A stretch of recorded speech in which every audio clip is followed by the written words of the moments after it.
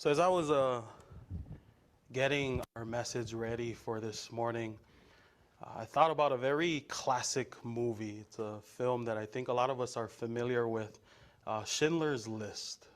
I don't know if anyone here is familiar with this movie. For those of you who aren't, it's a movie about a very rich businessman living during the time of the Holocaust, which we all know the Holocaust was a very dark time in the world's history, with millions of Jews who have lost their lives during that time. And what this man would do during this time was he would use his own money to purchase as many Jews as he could, and then he would protect them in his factory. And that way they weren't sent off to these concentration camps where they would be executed. And towards the end of the movie, there's this scene where all of the Jews that Schindler saved gathers around him. I don't know if you guys remember that scene. So they gather around him, and a man steps forward, and he gives a gift for saving their lives to Schindler. And it's a ring that he gives him, and inscribed in the ring is an excerpt from the Talmud, and it says, "Whoever saves one life saves the world entirely." And so he hands it to Schindler, and when he hands him the ring, all of a sudden, Schindler begins to cry. It's just such a sobering, a very sad scene. And with the tears rolling down his face, he looks at everyone around him, and he shares how he wasted so much money on things that didn't matter when he could have saved even more people. If he just sold his car, he could have saved 10 people. He says if he could have sold his ring, he could have saved 2 more people. And he goes on and on about all of the things he could have done and the lives that he could have saved. And the scene ends with all of the survivors coming close to Schindler, and they start hugging and comforting him. And I thought about that as I meditated on our passage this morning. To all the people he helped survive, Schindler did so much. He saved so many lives from being executed. Because of him, the names of these families continue to live on through their descendants. But for Schindler, in the end, there was this pain inside his heart. In the final scene of the movie, after all he went through, after saving the lives of so many people, Schindler looks back at the journey that he'd gone through and he cried, because he knew that he could have done so much more with what he had. This idea of the final scene is so important. We see it over and over again in the Bible, that when everything is said and done, when the curtains close and the show is over, one of the few questions left to ask ourselves is, did we give it our all? Did we give it our all? We might not have gotten the results that we wanted. We probably didn't quite reach all the goals that we set. We probably didn't get to check all the boxes we hoped to check and accomplish all the things we wanted to accomplish. But did we give it our all? As Jesus puts it in the Gospels, he said, did we use the talents that we were given, or did we just bury them? Did we put the kingdom of God before anything else in our lives? Or did we prize our wealth and our possessions? Did we give to the least of these, the widows, the poor, the orphans? Or did we hold on and cherish our possessions? Did we bear fruit in this world? Or did we just plant wicked seeds? When we reflect back on our lives, can we say that we gave it our all? Held nothing back? Will we be able to look at our entire life and to say to ourselves, I left nothing on the table, I didn't have much, but I did the best and I made the best of what I had? Or will we be like Schindler, crying in the end because we know there was so much more we could have done. Our passage today gives us a perfect example of what giving your all looks like. In this letter, it seems like Paul is in prison and he knows that he's about to die. He says in verse 6, the time of my departure has come. And so we're getting Paul in the final scene of his life. This is the end for Paul. He's sitting in prison. He knows that he's going to die. And he says, I gave it my all. He says it was a tough journey. There were bumps and bruises along the way. There were more hard days than easy days. But everything I had, I gave to proclaim this gospel, this good news. And he says it in a very poetic way. And in verse 6, it says, as for me, I am already being poured out as a libation. And we all know when something is being poured out, it's being emptied. There's nothing left. Everything that was inside has now been given out. So Paul is saying that his life has been emptied. Everything that he could give, he's given.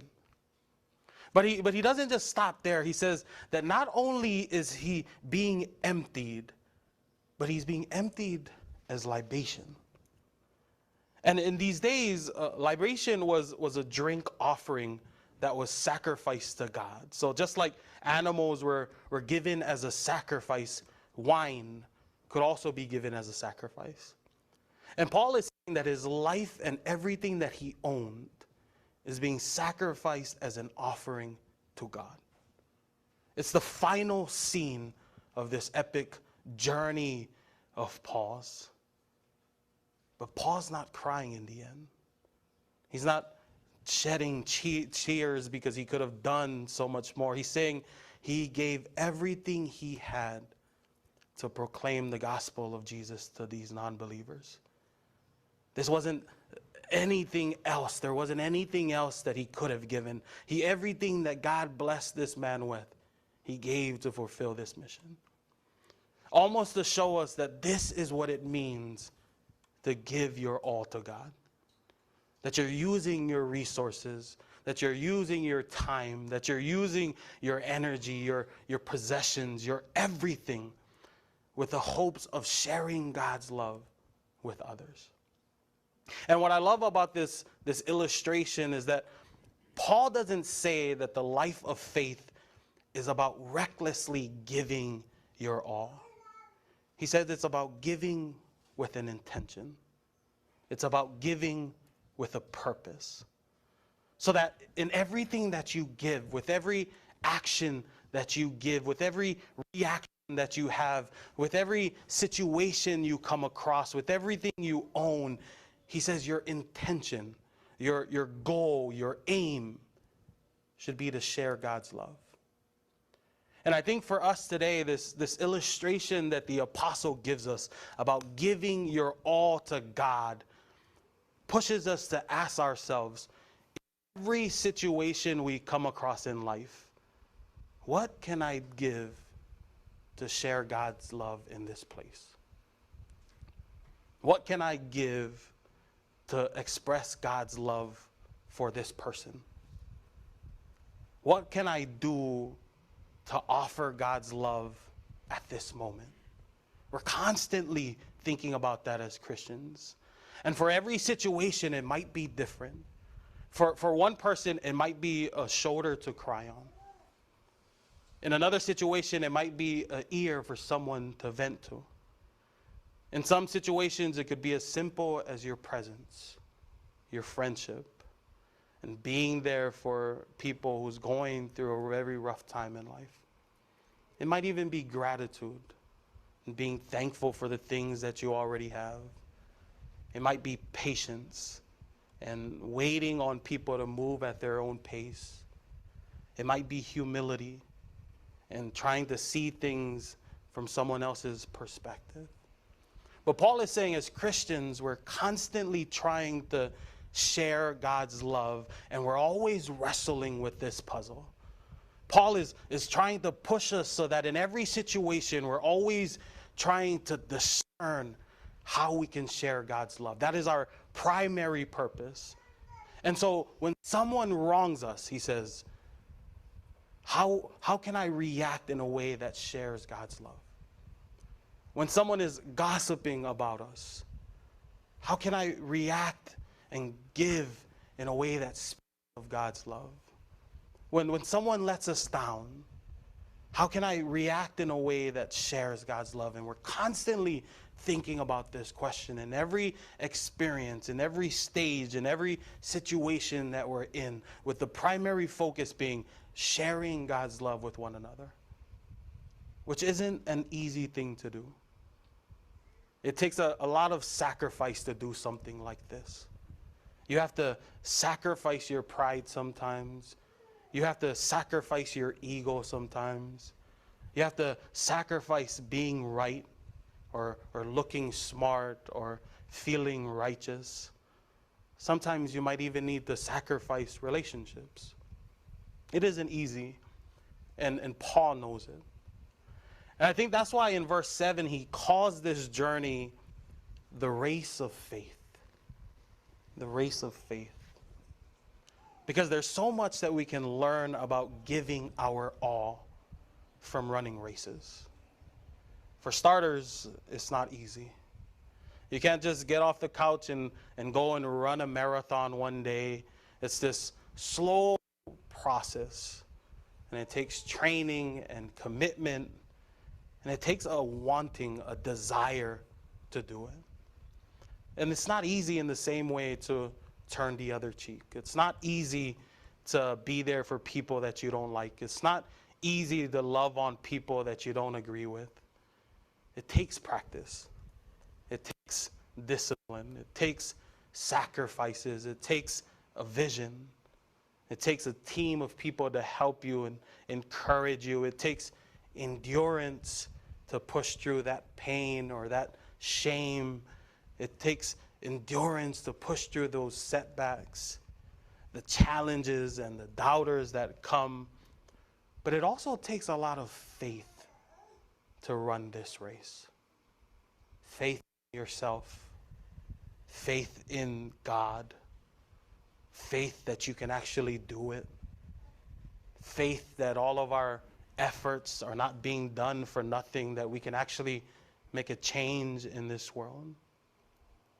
For me, I remember thinking about this word faith in seminary, and we were asked to define the word in just a sentence, a very brief phrase. And the sentence I came up with was, faith is stepping out of your comfort zone and knowing that you are not alone. And I think it was driven by that situation I was in life, but I thought about it. It takes a lot of faith. It takes to step out of your comfort zone and know that you are not alone. It takes a lot of faith to give everything that you have to be the light of the world like Jesus calls us to be. It takes a lot of faith to step out of your comfort zone and know that you are not alone, to react with God's love, to share God's love in every situation in life. Because we're so challenged in this life that we live in to react out of violence, to react out of emotion, and to not really be the light of God in this world. And we understand that there will be people who push our buttons along this journey. There are people who challenge us. There are people who will be obstacles for us, people who discourage us. Some days will be tougher than others. And the beauty of this passage is that Paul understands these things. And he mentions it in verse 16. He says, people will try to discourage you. People will try to knock you from the race of faith. Sometimes you will try to love on people and they will push you away. Sometimes you forgive people and they make it seem like you're the wrong person. Sometimes you try to be the bigger person and you still are not respected in the way that you'd hope for.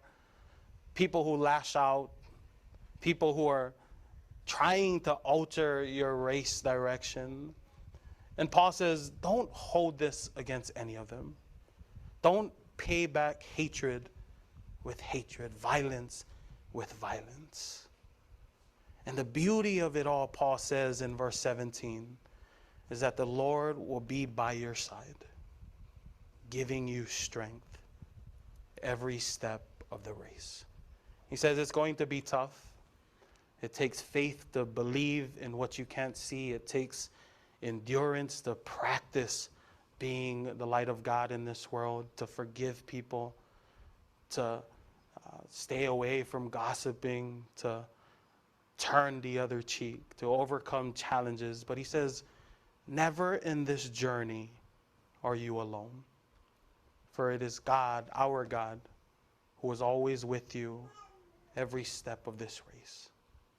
And in the final scene of our lives, Paul says, there is reserved for us the crown of righteousness.